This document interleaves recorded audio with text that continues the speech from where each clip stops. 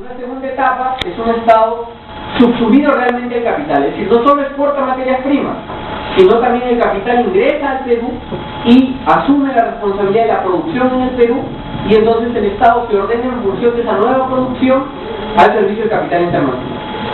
Entonces, en esta etapa, el ciudadano que forma parte de esta estructura económica pasa a constituir ya no solamente un siervo del hambre, no solamente un miembro de una comunidad campesina rural sometido al gamonal, sino también pasa mediante la migración y mediante la inserción en el mercado laboral a ser mano de obra. En tanto mano de obra, pasa a ser sujeto de un sistema de salud que lo considera como tal y que busca su mantenimiento de la salud en función de garantizar sus condiciones para garantizar la mano de obra al capital instalado en el país. Eso hasta más o menos 1970, cuando se da la revolución velasquista, y posteriormente viene la larga noche neoliberal en el Perú, que hasta ahora no ha sido superada. En esta etapa en la que estamos actualmente, se transforma la salud como garante de las condiciones de trabajo de la mano de obra y capital a ser un servicio sujeto de ser consumido. En tanto servicio entra una cuarta etapa, ¿no?, que es la etapa actual, que es una etapa distinta del neoliberalismo. Esta etapa distinta del neoliberalismo se caracteriza por una crisis de civilización producto de una crisis del capitalismo. Esto genera una contraofensiva del capital a nivel mundial. Esta contraofensiva del capital se ve en las noticias todos los días, con los bombardeos en Gaza, con los intentos de desestabilización en Venezuela, con los intentos de invasión a Siria, con las invasiones a Libia, pero en el Perú también se ve una ofensiva del capital, que no es una ofensiva militar, porque el Perú, en tanto está sujeto al capital internacional, sufre la contraofensiva mediante una intervención directa, pero esta intervención no es una intervención militar, sino es una intervención directa del capital financiero como ente rector de las políticas públicas en el Perú. Entonces, si antes teníamos una clase política mediadora del capital internacional, hoy no tenemos tal clase política sino como funcionarios del capital financiero. Y eso es lo que mencionaban los anteriores expositores, de que tenemos viceministros, funcionarios del Estado, que a la vez han sido trabajadores de ONGs, promotoras de la privatización de la salud, o de empresas farmacéuticas, o de asociaciones y consorcios internacionales. Entonces, este momento del capital del neoliberalismo, en un momento de crisis, ya no asume la producción nacional como una inversión del capital para generar una venta de mercancías y generar una ganancia, sino que asume un aumento de la tasa de ganancia sin aumentar la inversión. Este intento de aumento de la tasa de ganancia sin aumentar la inversión es lo que se refleja cuando vemos las denominadas entidades prestadoras de servicio o asociaciones público-privadas. Es decir, yo como capital financiero, bancos, como Interbank, CP, AFP, consorcios de químicas, ya no invierto en construir una infraestructura para yo ofrecer una mercancía o para yo ofrecer un servicio, sino utilizo la infraestructura del Estado, es decir, utilizo los tributos de la población y administro la infraestructura del Estado para ganancia mía. Entonces, el máximo de utilidad con el mínimo de inversión. Ese es el capital parasitario que existe actualmente en el Perú y que se refleja en la actual reforma del Perú. Entonces, este Estado burgués, como decíamos, adecuado al capital internacional, lo que busca es desviar lo máximo de dinero, lo más llamado plusvalía, hacia el capital financiero. Pero este desvío de plusvalía, que Marx definía sencillamente como las horas de trabajo que uno no recibe, sino que entrega al capital. Y que Marx describía como las horas de trabajo que el obrero, en la época del capital industrial, entregaba como horas de trabajo y de producción al capital. Pero ahora esta extracción de plusvalía no solamente se refleja de esa manera, sino que hay una extracción directa y una extracción indirecta de esta plusvalía. Es decir, el capital financiero extrae dinero de manera directa y de manera indirecta de los ciudadanos y los trabajadores de la sociedad. Una forma de extracción indirecta es que los ciudadanos, trabajadores de cualquier servicio, de cualquier actividad económica, tributan al Estado. En tanto tributan al Estado, sostienen al Estado. Pero mediante estas asociaciones público-privadas, el tributo de los ciudadanos al Estado, lo que el Estado recaude como tributo, pasa a ser capital del capital financiero. Entonces la infraestructura del Estado, construida con los tributos de los ciudadanos, construida con los cánones, mineros, petroleros, etcétera, pasa al servicio del capital para obtener ganancias. Pero también los ciudadanos, no solo como tributarios, contribuyen al crecimiento del capital, sino también como consumidores. En tanto el ciudadano tributa, se supone que el Estado devuelve mediante salud, mediante educación.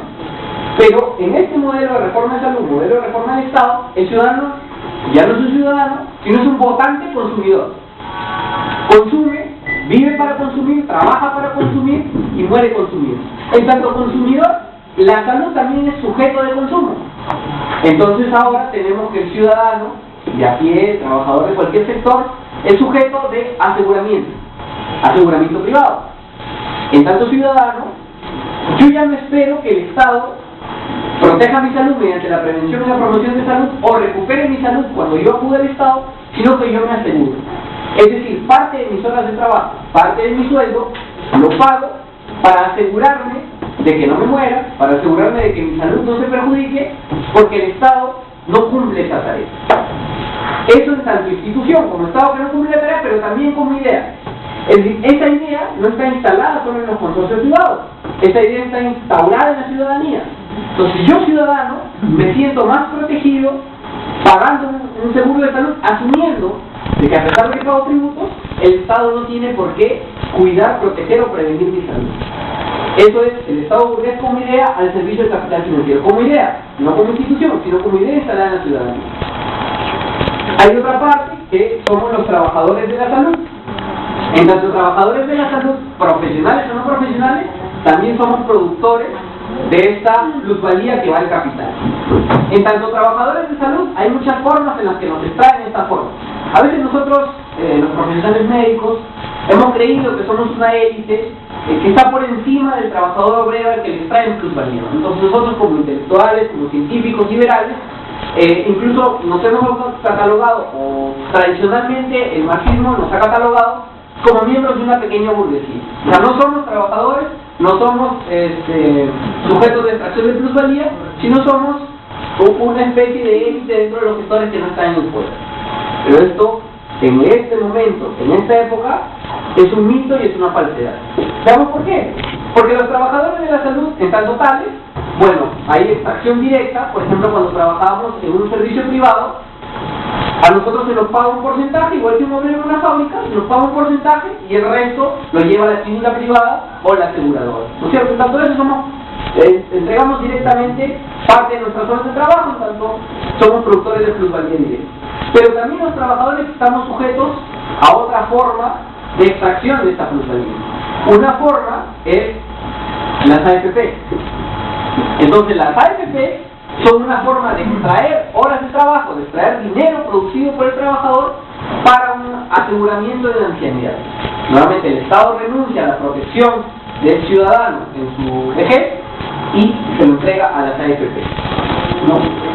Y para que nosotros, bueno, también trabajadores somos ciudadanos, también accedemos a seguros de salud.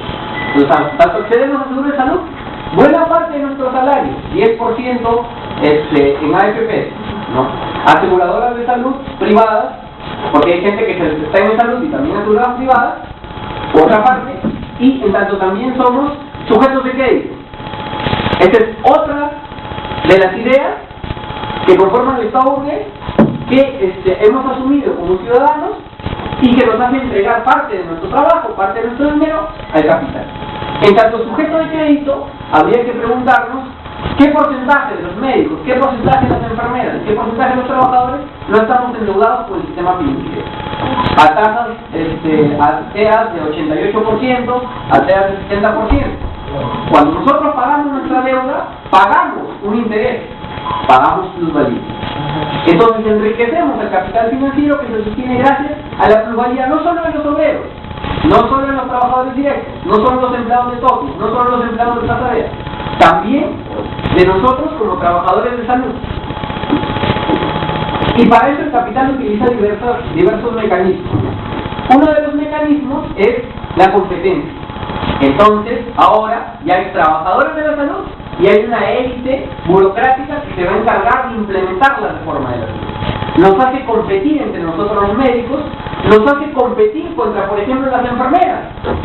Entonces, le dan atribuciones a las enfermeras para que ellas sientan que tienen atribuciones que antes no tenían, y nosotros como médicos lo que hacemos, en vez de conversar con las compañeras y formar todo un frente de salud, lo que hacemos es denostar a las enfermeras y atacarlas de tal manera que ellas no se vuelven el ataque. Igual las enfermeras con las obstetrices, igual los médicos con los trabajadores de la salud. En tanto no nos reconocemos como parte de este pueblo al que se le extrae plusvalía para sostener el capital financiero, nos dividimos y competimos entre nosotros. Nos concentramos en las capitales y también nos pseudo-elitizamos como profesionales de la salud. Sin embargo, la condición sine qua non para lograr la unidad en todo este frente de profesionales, no profesionales, trabajadores y pueblo en general es reconocernos como un sector que es víctima del capital financiero en cuanto nos extrae parte de nuestro trabajo y en cuanto nos somete a sus condiciones. Entonces, esta fragmentación, que es fundamentalmente ideológica, también constituye esta característica del Estado burgués como un Estado gobernado por una élite y como ciudadanos que no son parte de la élite, pero que aspiramos, producto de nuestra formación, a ser parte de esa élite. Y tanto aspiramos a ser parte de esa élite, le enseñamos al resto de compañeros ciudadanos con los que deberíamos unirnos para luchar con esa élite y arrancarles el manejo del sistema de salud.